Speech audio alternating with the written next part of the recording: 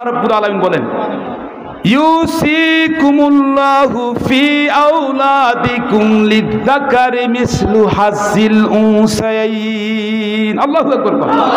আল্লাহর অর্ডার, আব্বা আমা রেখে যাওয়া সম্পদের মধ্যে দুই বোনের যতটুক পায় এক ভাই কি কন ততটুক পায়। এটা কি মানুষের সিদ্ধান্ত না আল্লাহর সিদ্ধান্ত? দেখেন আজকে এই বাংলাদেশে 92 ভাগ মুসলমানের বাংলাদেশে কতগুলো লেডিস ওই কুখ্যাত তসলিমা নাসরিন নাম শুনছেন?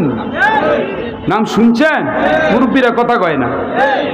1994 সনে একবার বাংলাদেশে এই তসলিমা নাসরিন লেডিস, এই মহিলা বলছিল এদেশের আলেম উলামা কোরআন হাদিসের বিরুদ্ধে।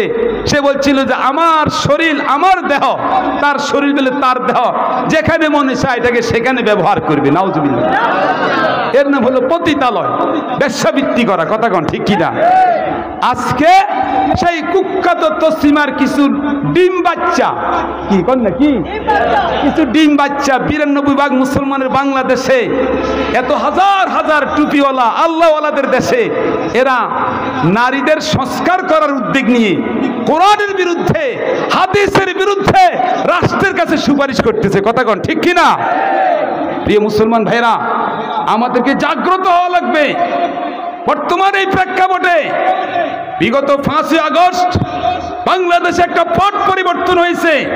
আপনারা সবাই বুঝেন, এই ফ্যাসিস্ট সরকার প্রত্যাখ্যাত হওয়ার পরেও বাংলাদেশে যখন কোরআন ও হাদিসের আলো বাতাস লেগেছে, এই দেশকে আবার অন্ধকার করার জন্য, ইসলাম থেকে দূরে সরাবার জন্য কিছু সেই কুখ্যাত তসলিমের অনুসারীরা, নাস্তিকবাদী গোষ্ঠীরা আবার জেগে উঠেছে। আমরা বলে দিতে চাই, সাবধান, এই 92 ভাগ মুসলমানের দেশে হাজার হাজার আলেম উলামার বাংলাদেশে কোন রকমের নাস্তিকবাদীদের ঠাঁই বাংলাদেশে হবে না, হবে না, হবে না। কথা বলে ঠিক কিনা? নারীবাদীদের এই কমিশনকে এই দেশে বাস্তবায়ন হতে দেওয়া যাবে না ইনশাআল্লাহ। ইনশাআল্লাহ নাসরুম মিনাল্লাহি ওয়া ফাতুন কারীম। আল্লাহ ওয়ালাদের সাথে থাকবেন তো ইনশাআল্লাহ? সমর্থন ব্যক্ত করবেন, সাহায্য করবেন, অর্থ দিয়ে, বুদ্ধি দিয়ে। আল্লাহ তাআলা আমাদের সবাইকে দ্বীন হকের উপরে থাকার তৌফিক দান করুন। ওয়া আখিরু দাওয়ানা।